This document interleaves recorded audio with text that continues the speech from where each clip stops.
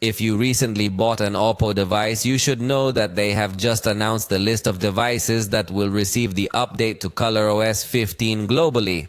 A few days ago, this list of devices for China was announced, but as you know, sometimes the models in China have a different name than the name used in the global market, so now it will be much clearer which devices will receive this update and which devices will no longer have new features.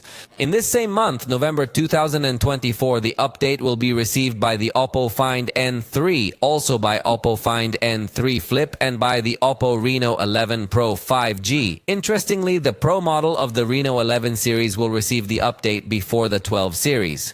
This series will start the December update, where you will find the OPPO Reno 12 Pro 5G, OPPO Reno 12 5G, and also OPPO Reno 12 FS 5G, in addition to the OPPO Reno 12F. I didn't even know there was the FS model. Then we'll receive the update the OPPO Reno 11, in addition to the OPPO Reno 11F. Then we'll receive the update other models that are not so famous in Latin America, but perhaps in some parts of Asia. Yes, we are talking about the OPPO K-Dos X 5G, F27 5G, F25 Pro, and with respect to tablets, it has also been announced that the OPPO Pad 3 Pro will receive this update in December and closes the month with the OPPO Pad 2. The next round of updates has been announced for the first quarter of 2025, so probably many of the devices on this list will receive their update until April.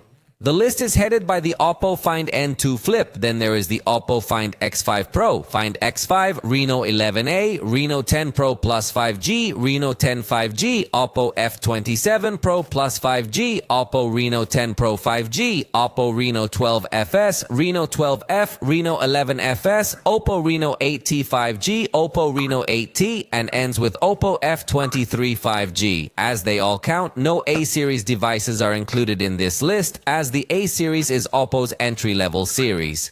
So for the life of you, don't buy those A-series devices.